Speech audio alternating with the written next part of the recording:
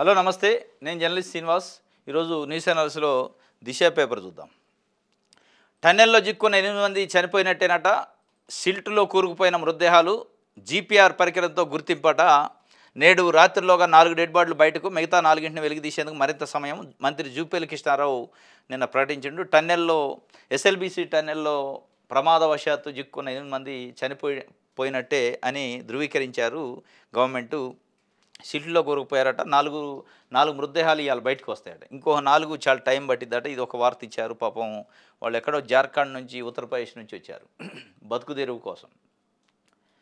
వచ్చి ఇక్కడ చిక్కుకొని పోయి ప్రాణాలు వదిలారు. మరి ప్రభుత్వం ఏమైనా సాయం చేస్తా చూడాలి. ఇది ఒక వార్త అయితే. ఇంకోటి, ఉక్కుపాదం ఇసుక ఖనిజ అక్రమ తవ్వకాలు సరఫరాపై కఠిన చర్యలు. హైదరాబాద్కు 3 వైపులా ఇసుక స్టాక్ పాయింట్స్ పెడతారట.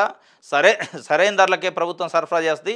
ప్రభుత్వ పనులకు, నిర్మాణ రంగ సంస్థలకు టీజీఎండీసీ నుంచే సరఫరా. మైనర్ మినరల్స్ బ్లాకుల వేలానికి టెండర్లు పిలవండి. గనుల శాఖపై సమీక్షలో సీఎం రేవంత్ రెడ్డి చెప్తుండు. ఉక్కుపాదం మోపుతారట ఇసుకను ఖనిజ తవ్వకాలు అక్రమాలు చేస్తే. మరి ఆ ఉక్కుపాదం అధికార పార్టీ నాయకులకు ఉంటుందా, అందరికీ ఉంటుందా, లేదంటే కొంతమందికి ఉంటుందా తెలియదు, చూడాలి భవిష్యత్తులో. ఇది ఒక వార్త అయితే. మజ్లిస్కి అయితే నో ఎమ్మెల్సీ ఛాన్స్ అట. ఎమ్మెల్యే కోటాలు 5 ఖాళీ అయినాయి. దాంట్లో ఒకటి సిపిఐ పార్టీ, ఒకటి మజ్లిస్ 2 అడిగినాయి. మజ్లిస్కి నో ఛాన్స్ అంటే సిపిఐకి ఉన్నట్టే అర్థమైంది. అంటే ఇక 4 మిగులుతాయి. అంటే మొత్తం 5లో ఒకటి బీఆర్ఎస్ పోతే 4 ఉన్నాయి. 4లో సిపిఐకి ఒకటి పోతే ఇంకా 3 ఉంటాయి. ఇక్కడ ఏపీలో కూడా సేమ్ పరిస్థితి ఉంది. 5 ఖాళీ అయినాయి. అక్కడ కూడా అధికార పార్టీకి 3 మిగులుతున్నాయి. జనసేనకు ఒకటి, బీజేపీకి ఒకటి ఇచ్చే పరిస్థితికి వచ్చింది. ఇది మరి ఎవరికి ఇస్తారో చూడాలి. ఇంకొకటి ప్రధానమైన వార్త, తీర్మాన్ మల్లన్న సస్పెన్షను, కాంగ్రెస్ క్రమశిక్షణా కమిటీ ఉత్తర్వులు. ఇటీవల కులగండపై విమర్శలు, సర్వే పత్రాలు దహనం చేసిన ఎమ్మెల్సీ. ఓ వర్గంపైన వివాదాస్పద వ్యాఖ్యలు సీరియస్గా తీసుకొని అధిష్టానం. పార్టీ లైన్ దాటితే ఊరుకునేది లేదని పిసిసి చీఫ్ మహేష్ కుమార్ గౌడ్ అన్నాడు. వాస్తవమే, పార్టీ లైన్ దాటితే ఊరుకోవద్దు, పార్టీ వ్యతిరేక కార్యకలాపాల పాల్పడితే ఊరుకోవద్దు, కరెక్టే. మరి పార్టీ లైన్ కొంతమంది దాటితేనే చర్యలు అందరికే అనేది ఇప్పుడు తెలంగాణలో ఉన్న బీసీ సమాజానికి అర్థం కావట్లే. దానిపైన పెద్ద ఎత్తున అంతర్మాదనం స్టార్ట్ అయింది. ఏంది అసలు కాంగ్రెస్ పార్టీ ప్రజాపాలన అంటారు, మరి ఇది ఏంది ఇందిరమ్మ పాలన అంటారు, ఇది ఎట్టెట్టా? ఇప్పుడు తీర్మాన్ మల్లన్న పార్టీ లైన్ దాటిండు అనుకోండి కొద్దిసేపు. పార్టీ లైన్ తీర్మాన్ మల్లన్న దేనికోసం దాటిండు? బీసీల కులగన్న అనేది రాహుల్ గాంధీ స్వప్నం. అది దేశంలో మొట్టమొదటిసారి అమలు చేయించింది ఆయనే. ఆయన మనసులో ఉన్న అత్యంత బలమైన ఆకాంక్ష. దాన్ని ప్రాపర్గా చేసి మనం బీసీలకు చెప్పలేకపోయినాం. తప్పులు తడగ్గా చేయడం వల్ల బీసీలో ఒక నెగిటివ్ ఇంపాక్ట్ ఉంది, కాంగ్రెస్ పార్టీ నష్టపోద్ది అని చెప్పిండు ఆయన. దానికి ఒక నిరసనగా కాగితం తగలబెట్టిండు. సరే, అది ఎక్స్ట్రీమ్కి పోయిండు, అది ఒక భాగం. కానీ అంతకంటే ఎక్స్ట్రీమ్కి పోయి కాంగ్రెస్ పార్టీకి పూర్తిగా డ్యామేజ్ చేసే ప్రకటనలు చేసే నాయకులు ఇలా క్యాబినెట్లో ఉన్నారు. ఇలా కాంగ్రెస్ పార్టీ ఎమ్మెల్యేలుగా ఉన్నారు. చూడలే మనం. రేవంత్ రెడ్డి గారు మన పిసిసి అధ్యక్షుడిగా పదవి వచ్చిన రోజు కొంతమంది నాయకులు మాట్లాడారు. 25 లక్షలు పెట్టి పిసిసి అధ్యక్షుడు పదవిని కొనుక్కొని వచ్చిండు అన్నారు రేవంత్ రెడ్డిని. అంటే పిసిసి అధ్యక్షుడి పదవి కొనుక్కొని వచ్చిండు అని కొద్దిసేపు అనుకుంటే 25 లక్షలు తీసుకొని అమ్మేటోడు ఉండాలిగా. ఎవరు అమ్మినట్టు మరి? ఢిల్లీలో సోనియా గాంధీయా, రాహుల్ గాంధీయా, లేదంటే అక్కడున్న అధిష్టానమా, మాణిక్యం ఠాకూరా? ఎవరు కొనుక్కున్నట్టు, ఎవరు అమ్మినట్టు డైరెక్ట్గా చెప్పిండు కదా ఆయన. ఇక అంతకంటే పెద్ద డ్యామేజ్ ఇది ప్రజల గురించి మాట్లాడండి, ఆయన పదవుల గురించి, రాజకీయాల గురించి మాట్లాడండి. పార్టీని నడి బజార్లో అమ్ముకుంటున్నారని చెప్పారు వాళ్ళు. ఆ నాయకులు ఇవాళ క్యాబినెట్లో ఉండరు. ఆ నాయకులు ఇవాళ బీజేపీ ఇంకో పార్టీ తిరిగి వచ్చిన వాళ్ళ మన కాంగ్రెస్లో ఎమ్మెల్యేలు ఉండరు.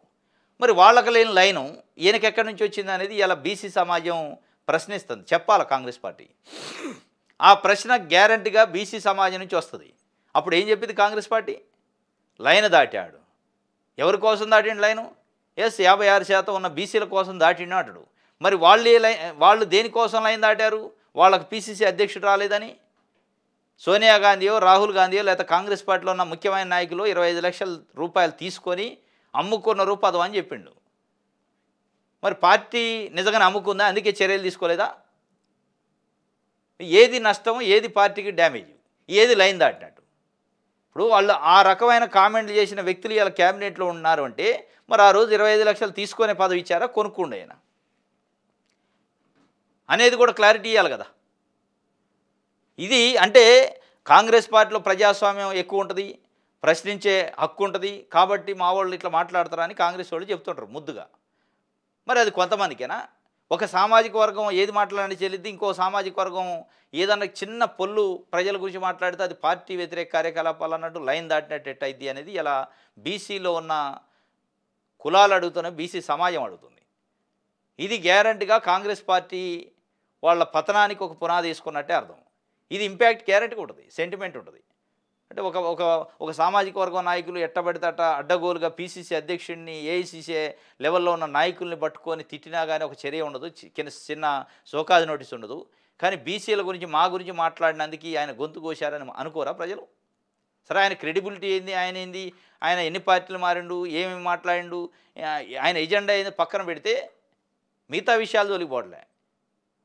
ఈ రెండు కంపేర్ చేసుకున్నప్పుడు గ్యారంటీగా బీసీల నుంచి వ్యతిరేకత కాంగ్రెస్ పార్టీకి స్టార్ట్ అయినట్టే. మరి ఏం ఆలోచించారో తెలియదు కానీ తీర్మానం వల్ల సస్పెండ్ చేయడం కాంగ్రెస్ పార్టీకి ఇబ్బందులు తెచ్చే అవకాశం ఉంది. వచ్చే నెల నుంచి అమల్లోకి వస్తుందట భూభారతి. దాదాపుగా సిద్ధమైన గైడ్లైన్స్, లీగల్ ఇష్యూలు రాకుండా కసరత్తు. త్వరలో ఫైనల్ చేయనున్న సీఎం రేవంత్, మంత్రి పొంగులేటి. క్యాబినెట్లో చట్టబద్ధంగా డిస్కషను, అనంతరం 6/6/2025 అమలు తేదీ ప్రకటన. ఇది మొత్తానికైతే వచ్చే నెల నుంచి వద్దట అమల్లోకి భూభారతి. ఇంకోటి, కేటీఆర్ నిన్న బ్యాగులు మొయ్యొద్దనడం పెద్ద జోకు. విడ్డూరంగా కాంగ్రెస్ ఇన్ఛార్జి మాటలు. రేవంత్ రెడ్డి చరిత్ర అంతా బ్యాగులే, మూసీ పేరుతో కమిషన్ దండుకునే plan BRS working president KTR చెబుతుండు. బ్యాగులు మొయ్యొద్దని మీనాక్షి నటరాజన్ గారు మొన్న భోపాల్ నుంచి అత్యంత సాదాసీదాగా ఒక సామాన్య పౌరురాలు వచ్చినట్టు ట్రైన్లో వచ్చారు, ఫ్లైట్లో రాలే. జనరల్గా కాంగ్రెస్ పార్టీ ఇన్ఛార్జీలు ఢిల్లీ నుంచి వస్తే ఫ్లైట్లు, 5 స్టార్ హోటల్ బుకింగ్లు ఇవన్నీ ఉంటాయి. ఎక్కడా లేదు. దిల్కుషా దాంట్లో 100-200 కిరాయి ఇచ్చి అందులో రూమ్ బుక్ చేసుకొని అందులో ఉన్నారు. ట్రైన్లో వచ్చారు, మళ్ళీ ట్రైన్లో పోయారు. ఎక్కడ ఆడంబరాలు వద్దు, ఫ్లెక్సీలు వద్దు, బోక్యాలు వద్దు, ఏదొద్దు, నాకు స్వాగతాలు శాలువాలు వద్దు అని చెప్పింది. ఆమె చాలా సింప్లిసిటీగా ఉంది. చెప్తూ ఆమె ఏం చెప్పిందంటే, కాంగ్రెస్ పార్టీ కార్యకర్తలారా, నాయకుల బ్యాగులు మోయొద్దు, బ్యాగులు మోసి మీ ఆత్మాభిమానాన్ని తాకట్టు పెట్టొద్దు, అది తప్పు అని చెప్పింది. ఆమె బ్యాగ్ కూడా ఆమె మోసుకొని వచ్చింది. దాన్ని ఆయన కౌంటర్ ఇచ్చింది కేటీఆర్ గారు. బ్యాగులు మొయ్యొద్దు అనడం పెద్ద జోక్ అట. జోక్గానే కనిపిస్తుంది. ఎందుకు కనిపిస్తుంది అంటే అది బీఆర్ఎస్ పార్టీ. ఇప్పుడు ఆమె అంత సింప్లిసిటీ, ఒక పార్లమెంట్ మెంబర్గా ఉంది, గతంలో మాజీ పార్లమెంట్ మెంబరు, ఒక కాంగ్రెస్ పార్టీలో అగ్రనాయక అదే ఆ కమిటీలో ఉంది, చాలా అత్యంత విశ్వసనీయమైన ఏఐసిసి కమిటీలో ఒక మెంబర్. ఆమె దేశానికి నాయకురాలు. ఆమె అంత సింప్లిసిటీగా ఉంటే అప్రిషియేట్ చేయాల్సింది పోయి పెద్ద జోక్ అంటే ఏం చేయాలి? బ్యాగులు మోయాలి. మరి మీరు ఇట్లా మోంచుకుంటున్నట్టు మీ కుటుంబ సభ్యులు మొత్తం 10 సంవత్సరాల అధికారంలో ఉన్నప్పుడు ఐఏఎస్లు, ఐపీఎస్లు వచ్చి మోకరిల్లే పరిస్థితి తీసుకొచ్చారు మీ ముందు. మోకరిల్లే పరిస్థితి లిటరల్గా. కొంతమంది రాష్ట్ర స్థాయి ఆఫీసర్లు కేసీఆర్ కాళ్ళ మీద పడి ఆశీర్వాదాలు తీసుకునే పరిస్థితికి వచ్చింది, కాళ్ళు మొక్కే పరిస్థితి. అది మంచిదే? అది ఆత్మగౌరవాన్ని నిలబెట్టినట్ట? ఇంకా దాన్ని రోల్ మోడల్గా తీసుకోవాలి. మీనాక్షి నటరాజన్ గారు చేసిన ప్రకటన రోల్ మోడల్గా తీసుకొని, ఎస్ మేము కూడా అదే పాటిస్తాం, చాలా మంచి నిర్ణయం తీసుకుంటారు మేడం అని చెప్పి పెద్ద జోక్ అయింది. అసలు బ్యాగులు మోసేదే రేవంత్ రెడ్డి, మూసీ పేరుతోనే ఢిల్లీకి బ్యాగులు మోస్తుందని చెప్పిండు ఆయన. మరి ఇది ఎట్లా సమర్థించుకుంటాడు కేటీఆర్? అంటే ఆయన అహంకారము, దొరతనం బయట పెట్టుకుండా అనేది స్పష్టంగా కనపడుతుంది. రైట్, ఇది దిశకు సంబంధించి వెలుగు పేపర్ చూద్దాం.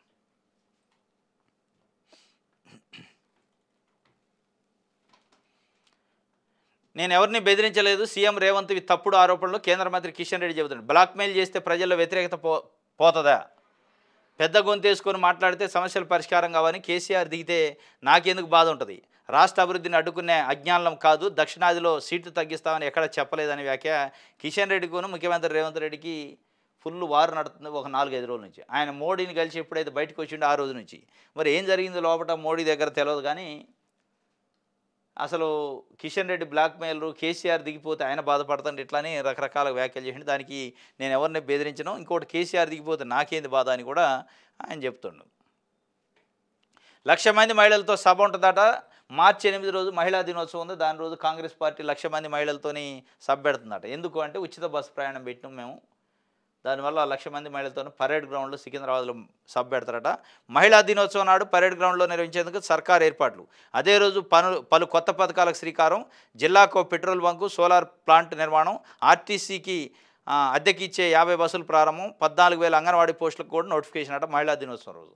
వీటితో పాటు అసలు మహిళలు 1 కోటి మంది పైన ఉన్న మహిళలు కోరుకునేది ఏంటంటే 2,500 ప్రతి నెల పెన్షన్ లెక్కిస్తాం 18 నుంచి 59 సంవత్సరాలు నిండిన మహిళలకి, ఆ వయసు మధ్యలో ఉన్న మహిళలకు అని చెప్పారు. 6 గ్యారెంటీలు అదొక గ్యారెంటీ. మరి ఆ గ్యారెంటీ గురించి మార్చి 8 రోజు ఏమైనా ఉంటుందా ప్రకటన అని ఆశిస్తున్నారు. కానీ ఆ ప్రకటన ఉంటున్నట్టు చెప్పట్లే వీళ్ళు. అది కాక వేరేది చెప్తున్నారు. కానీ ప్రజలు ఇవాళ మహిళలు కోరుకుంటున్నది అది. మీరు మళ్ళా అదే 14 నెలల నుంచి ఉచిత బస్సు ప్రయాణం చేస్తున్న దాన్నే చూపించి మేము ఇచ్చినామంటే ఎవడు నమ్మడు. అది అనుభవిస్తారు, అయిపోయింది. దాంతోపాటు మీరు గ్యాస్ సిలిండర్ చెప్తున్నారు, అది కూడా కొంతమందికి వస్తుంది. దాంతోపాటు 2500 అనేది ప్రధానమైన అంశం. ఇవాళ కోరుకుంటున్నారు 1 కోటి మందికి పైగా మహిళలు. దాని గురించి చెప్పండి. చేసిందాన్ని చెప్పే బదులు చేయాల్సిందని కూడా చెప్తే మార్చి 8 రోజు మీరు పెట్టే సభకి సార్థకత ఉంటుంది. అది 1,00,000 మంది మహిళలతోని కాంగ్రెస్ పార్టీ ప్రభుత్వ ఆధ్వర్యంలో పెట్టిందట. పొలమును డబ్బు ఆశ చూపి కిడ్నీలు తీసుకున్నారట. డబ్బు పొలం ఇస్తారంటే కిడ్నీలు అమ్ముకున్నాడు. కిడ్నీ తీసుకున్నాక డబ్బు ఇవ్వలేదంటే పొలం ఇవ్వలేదంటే ఇది ఒక రకమైన మోసం. ఇది మరీ నడి బజార్లో మోసం అన్నట్టు. మహబూబాబాద్ జిల్లాలో జరిగింది. తర్వాత కిడ్నీ తీసుకున్నారు. తర్వాత సరైన ట్రీట్మెంట్ ఇవ్వకపోవడంతో కండిషన్ సీరియస్ అయిందట. ఆసుపత్రిలో చికిత్స పొందుతున్న గిరిజనుడు డబ్బు పొలము కూడా ఇవ్వకుండా మోసం. మహబూబాబాద్ జిల్లాలో రాజోలులో ఘటన, ఫిర్యాదు చేసిన కూతురు. ఇది పరిస్థితి పాపం. రెక్కాడితే డొక్కాడినోళ్ళు ఏదో ఒక రకంగా ఆ పిల్లల పెళ్ళిళ్ళు లేకపోతే రకరకాల ఇంట్లో ఇబ్బందులు, ఆర్థిక ఇబ్బందులు ఇచ్చినప్పుడు కిడ్నీ కూడా అమ్ముకునే పరిస్థితికి వస్తే దాన్ని కూడా మోసం చేశారట. నిజంగా తల్లి ఇచ్చిన ఒక అవయవాన్ని దానం చేయటం, తల్లి ఇచ్చిన ఒక అవయవాన్ని అమ్ముకుంటుండే ఎంత దీనమైన స్థితిలో ఉంటే అమ్ముకుంటాడు. దాంట్లో కూడా మోసం అంటే ఇక అంతకంటే మానవత్వం లేని విషయం, అంతకంటే అమానవీయం ఇంకోటి ఉంటుందా? డబ్బులు పొలం ఇస్తానన్నట. డబ్బు ఇలా పొలం ఇలా కనీసం ట్రీట్మెంట్ కూడా చేయలేదట. కిడ్నీ తీసాక కొంత ట్రీట్మెంట్ చేయాలి.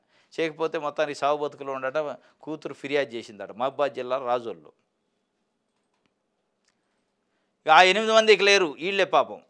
మనోజు, శ్రీనివాసు, సన్నీ సింగ్, గురుప్రీత్ సింగ్, అంజు సాహు, సంతోష్ సాహు, జాక్తా, సందీప్ సాహు, వీళ్ళంతా పాపం జార్ఖండ్, ఉత్తరప్రదేశ్ వాళ్ళు. బతుకు తెరువు కోసం పొట్ట చేత పట్టుకొని వస్తే వీళ్ళు ఇలా శవాలు అయ్యి మళ్ళీ సొంత ఊరికి పోవాల్సిన పరిస్థితి వచ్చింది. వాళ్ళు టన్నెల్లో నిన్న ధృవీకరించింది మంత్రి జూపల్లి కృష్ణారావు చనిపోయినట్టే.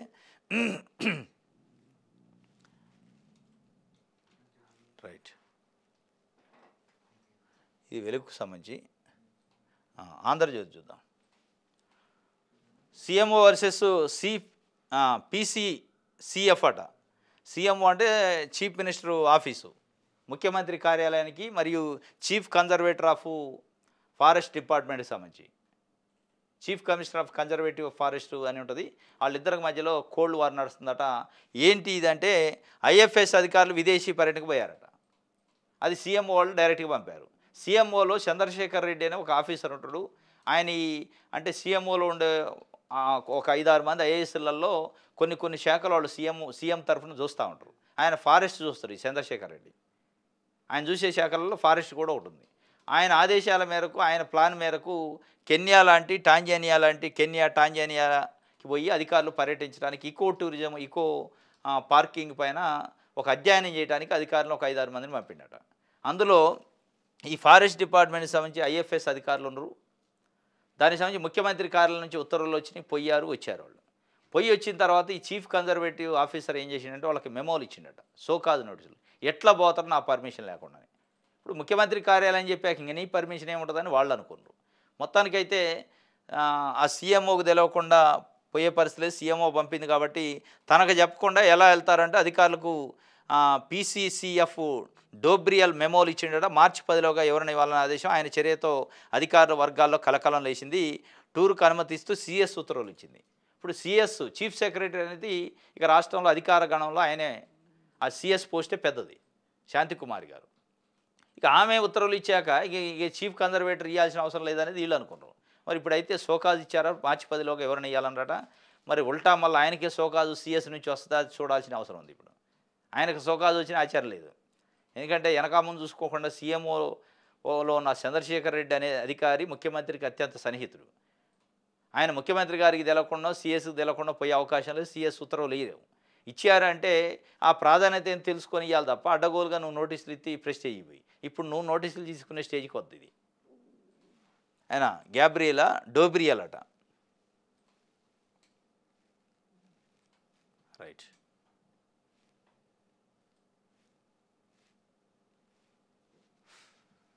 నమస్తే తెలంగాణ చూద్దాం.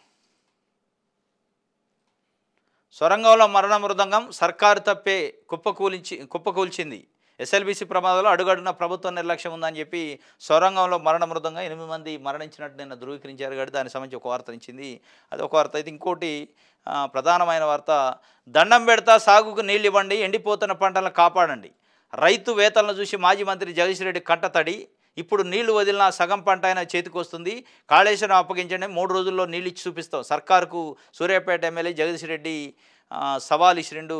సూర్యాపేట జిల్లా గాజుల మల్కాపురంలో పొట్ట దశలో ఉన్న పంటను కాపాడుకునేందుకు వాటర్ ట్యాంకర్లతో నీళ్లు పడుతున్న రైతు వెంకన్న వేదన్ను చూసి భావోద్వేగానికి లోనైన కంటతడి పెడుతున్న మాజీ మంత్రి జగదీష్ రెడ్డి నిన్న పెన్బాడు మండలం, సూర్యాపేట జిల్లా పెన్బాడు మండలం గాజుల మల్కాపురంలో పోయిండు మాజీ మంత్రి, సూర్యాపేట ప్రస్తుత MLA BRS party Jagadish Reddy గారు. ఆయన అక్కడ రైతుల బాధలు చూసి రైతులు అసలు అక్కడ హృదయ విదారకంగా ఉందట. పాపం పొట్టకు వచ్చిన వాటిని మేకలు, గొర్రెలు, పశువులు మేపుతుండట. పొట్టకు వచ్చిన వరిసేన్ని మేకలు మేపి, గొర్రెలు మేపి, పశువులు మేపే పరిస్థితికి వచ్చిందట. ఎందుకు? నీళ్లు రావట్లే. కాళేశ్వరం నుంచి నీళ్లు వదిలితే వస్తాయి వాస్తవంగా. నీళ్లు వదలటంలో నిర్లక్ష్యంగా వ్యవహరించిన ప్రభుత్వం చర్య వల్ల ఇవాళ రైతులు పొట్టకొచ్చిన పొలాన్ని, పొట్టకొచ్చిన పంటను వదులుకోవాల్సిన పరిస్థితి వచ్చిందని అక్కడ ఉన్న వెంకన్న అనే ఒక రైతు వాటర్ ట్యాంకర్లలో నీళ్లు తెచ్చి, ఎందుకంటే పొట్ట దశకు వచ్చింది, ఇంకా 2 రోజులు నీళ్లు పెడితే వస్తాయి, పెట్టుబడి వస్తుంది అనే ఒక ఆశ. పాపం రైతులకు ఆశ ఉంటుంది. వాళ్ళు ప్రాణాలను అడ్డం పెట్టైనా పంటను కాపాడుకుంటారు, నరాలు దిగే టెన్షన్తో పంటను కాపాడుకుంటారు. అంత పడుతుంటే ఒక ప్రభుత్వం పెద్దన్న పాత్ర పోషించాల్సింది. నీళ్లున్నాయి, వదిలే కనీసం సమన్వయం లేకపోతే ఏం జరుగుతున్నట్టు? ఆయన కంటతడి పెట్టిండు పాపం జగదీష్ రెడ్డి గారు, మాజీ మంత్రి, ఇప్పుడు సూర్యాపేట ఎమ్మెల్యే. ఎందుకంటే ఒక రైతు కుటుంబంగా, రైతుగా డైరెక్ట్గా కళ్ళతో చూసి తట్టుకోలేకపోయి కంటతడి పెట్టి ఆ రైతు బాధలను చూసి ప్రభుత్వానికి అప్పీల్ చేసిన, మీకు 2 చేతులు ఎత్తి దండం పెడతా, ఇప్పటికైనా ఈ రోజుకైనా కనీసం నీళ్ళు వదలండి, సగం పంటలైనా దక్కుతాయి, సగం మందికైనా కనీసం మేలు జరిగింది. ఎండిని మీ పాపం వల్ల, మీ చర్యల వల్ల అని స్పష్టంగా చెప్పి, ఇప్పటికైనా నీటిపారుదల శాఖ మంత్రి అదే జిల్లా, అదే సూర్యాపేట జిల్లాకు సంబంధించిన వ్యక్తి ఉత్తమ్ కుమార్ రెడ్డి, నీటిపారుదల శాఖ. మరి అంత సీనియర్ పార్టీ నాయకుడైనా, సీనియర్ మంత్రి కూడా మరి ఎందుకు కళ్ళకు కనపట్ల? మీ పార్టీకి సంబంధించిన కనీసం ఆ పెనుబాడు మండలంలో నాయకులని అడగండి మీరు. ఏం జరుగుతుంది? పంటలు నిజంగా ఎండుతున్నాయా లేదా? ఎందుకు రైతుల మీద అంత చిన్నచూపు? మీకు ఇంతకంటే ఇంపార్టెంట్ పని ఏముంటుంది అనేది ఇవాళ రైతులు మాట్లాడుకుంటున్నారు. రైతులు లిటరల్గా గ్రామాలలో అనుకుంటున్నారు, కేసీఆర్ పదే ఫామ్ హౌస్లో ఉంటాడు, ప్రగతి భవన్లో ఉంటాడు, బయటికి రాడన్నారు. ఆయన బయటికి వచ్చిండో రాలేదు కానీ మాకైతే నీళ్ళు వచ్చినాయి, మాకైతే కరెంట్ వచ్చింది, మాకైతే రైతు బంధు వచ్చింది టైంకి, మాకు కావాల్సిన మార్కెట్ ఒడ్లు కొనే వెసులుబాటు ఇచ్చిండు, ఒడ్లు అమ్ముకునే వెసులుబాటు వాళ్ళు కొన్నారు. ఇవన్నీ ఆయన ఫామ్ హౌస్లో ఉండా లేకపోతే ప్రగతి భవన్లో ఉండా ఏడబడకుండా మాకు అవసరం లేదు, పని అయింది. కానీ ఇలా రోజు ప్రజల్లో తిరుగుతున్నట్టు ముఖ్యమంత్రి, మంత్రులు కనపడుతుంది, కానీ పనులు కావట్లేదు, నీళ్ళు రావట్లేదు, కరెంట్ రావట్లేదని ఆవేదన చెప్తారు. ఆ ఆవేదన తట్టుకోలేకనే ఇలా జగదీష్ రెడ్డి గారు కంటతడి పెట్టిండు. కనీసం ఆయన కంటతడి సాక్షిగా అయినా మీరు నీళ్ళు వదలాలి. ఇలా మళ్ళీ దీంట్లో రాజకీయాలు చేయొద్దు. ఆయన బీఆర్ఎస్ పార్టీ కాబట్టి కంటతడి పెట్టింది కాబట్టి ఆయనకి సింపతి వత్తదా రాదు పక్కన పెడితే రేపు ఎన్నికలు లేవు, ఆయనకి రేపు ఏం ఓట్లు లేరు ప్రజలు, కానీ ప్రజల పంటని తక్కించిన వాళ్ళు అవుతారు. ఇది నిన్న దండం పెడతా సాగుకు నీళ్ళు ఇవ్వండి అని చెప్పి ఆయన పాపం 2 చేతులు ఎత్తి మొక్కిండు. మరి ఇప్పటికైనా కనికరించాలి. ఆయన కోసం కాదుగా, రైతుల కోసం కదా. సాక్షి చూద్దాం.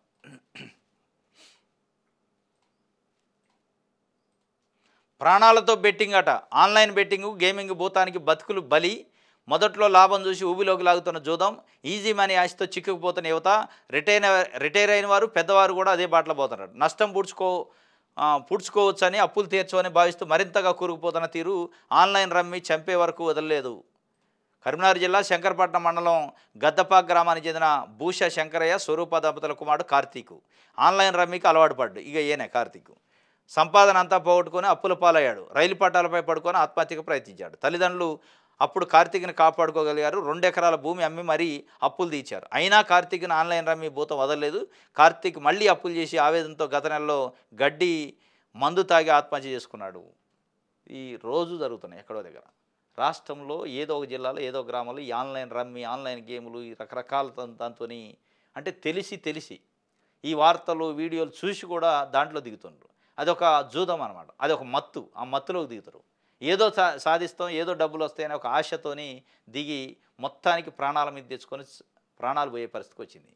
ఇది ప్రాణాలతో బెట్టింగ్ చేస్తున్నారు, ప్రాణాలు వదిలించుకో ఆన్లైన్లో యాప్లతో సులభంగా అంటే ఈజీ మనీ సంపాదించవచ్చు అనే ఒక ఆశతోని దిగి దిగి దిగి వాళ్ళకి తెలవకుండానే బురదలో కూరకుపోయి మునిగిపోయి ప్రాణాలు పోయేదాకా తెచ్చుకుంటున్నారు. ఇది సాక్షికి సంబంధించి. కాబట్టి యువత, ప్రధానంగా యువత విద్యార్థులు అదే టెక్నాలజీ చదివే బీటెక్ లాంటి చదివే విద్యార్థులు ఎక్కువ పోతున్నారు. వాళ్ళు ఆలోచించాలి. అది అసలు షార్ట్ కట్ మెథడ్స్ లేవు. బతకడానికి షార్ట్ కట్ మెథడ్స్ ఉండవు, ఓన్లీ శ్రమే, కష్టపడటమే ఉంటుంది తప్ప షార్ట్ కట్ మెథడ్స్ ఈజీ మనీలు మీరు ఆధారపడితే మీరు షార్ట్ కట్లోనే ప్రాణాలు తీసుకున్నట్టు. అతి తొందరలో ప్రాణాలు పోవడానికి మీరు పునాది వేసుకున్నట్టే లెక్క. కాబట్టి ఎవడు పోవద్దు, అది కాదు పద్ధతి. దానికి బెస్ట్ ఎగ్జాంపుల్ ఏంటంటే మిమ్మల్ని కన్న తల్లిదండ్రులు ఎంత కష్టపడి చెమట రక్తం ఒడిచి మిమ్మల్ని దాస్తారంటే వాళ్ళకి తెలియదా షార్ట్ కట్లో వస్తే చేయలేరు. అది కాదు పద్ధతి. కష్టమే మనం నమ్ముకోవాలి తప్ప వేరే దాన్ని నమ్ముకోవద్దని వాళ్ళు ఇవాళ మీకు కష్టపడి మిమ్మల్ని చదివిస్తే మీరు వాళ్ళని రోల్ మోడల్ తీసుకోవాలి. ఎవడో రమ్మి బెట్టింగ్లు వీటికి కాదు మీరు తీసుకోవాల్సింది. తీసుకుంటే ప్రాణాలు పోతాయి. రైట్, ఈనాడు చూద్దాం. పని మంత్రులకే పదవులు ఇస్తారట. పీసీసీ కార్యవర్గం కూర్పుపై మళ్ళీ కసరత్తు. కొత్త ఇన్ఛార్జి మీనాక్షి ప్రభావంతో మారిన వైఖరి. పని మంత్రులకే ఇస్తారట పదవులు. ఇయ్యాల కూడా పని మంత్రులకి ఏం లేదు కానీ పార్టీలు మారిన వాళ్ళకి ఇవ్వద్దని వాళ్ళు ఆందోళన చెందుతారు. కాంగ్రెస్ పార్టీలో 10 సంవత్సరాలు అధికారం లేనప్పుడు అన్ని అవమానాలకి, ఆర్థిక ఇబ్బందులకి, అనేక ఒడిదొడుకులకు లోనై పార్టీని కాపాడుకొని పార్టీలో ఉన్న వాళ్ళకి పదవులు ఇవ్వకుండా పార్టీ ఈ మధ్యకాలంలో కొత్తగా వచ్చిన వాళ్ళకి ప్రాధాన్యత ఇస్తున్నారు, వాళ్ళకే పదవులు ఇస్తానని ఒక చర్చ నడుతుంది. పొంగిలేటి శ్రీనివాసరెడ్డి ఎమ్మటో, జూపల్లి కృష్ణారావు ఎమ్మటో, లేకపోతే ఇట్లా ఈ మధ్యకాలంలో పార్టీ అంటే అధికారంలోకి ఇంకొక సంవత్సరం 6 నెలలు వద్దనుకున్న వచ్చిన నాయకులు ఎమ్మటి వచ్చిన కార్యకర్తలకు నాయకులకు పదవులు ఇస్తారట. అసలు ఫస్ట్ నుంచి పార్టీ జెండా మోసిన వాళ్ళకి పదవులు ఇవ్వట్లేదు అనేది ఒక చర్చ కాంగ్రెస్ పార్టీలో నడుస్తుంది. కానీ పని మంత్రులకి ఇస్తున్నారు. ఏ పని మంత్రులకి ఇస్తారు? పార్టీ మారిన పని మంత్రులకే, నిజంగానే పార్టీలో జెండా మోసిన పని మంత్రులకి అనేది ఇప్పుడు ప్రశ్న. అది ఇచ్చినప్పుడు తెలుస్తుంది మనకి. రైట్, ఇది ఈనాడుకు సంబంధించి. మన తెలంగాణ చూద్దాం.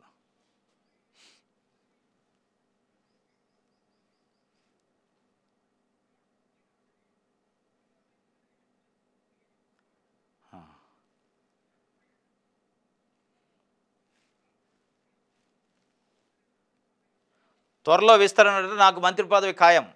సామాజిక సమీకరణలు అడ్డొస్తే రాజీనామా చేసి మరొకరిని గెలిపిస్తా.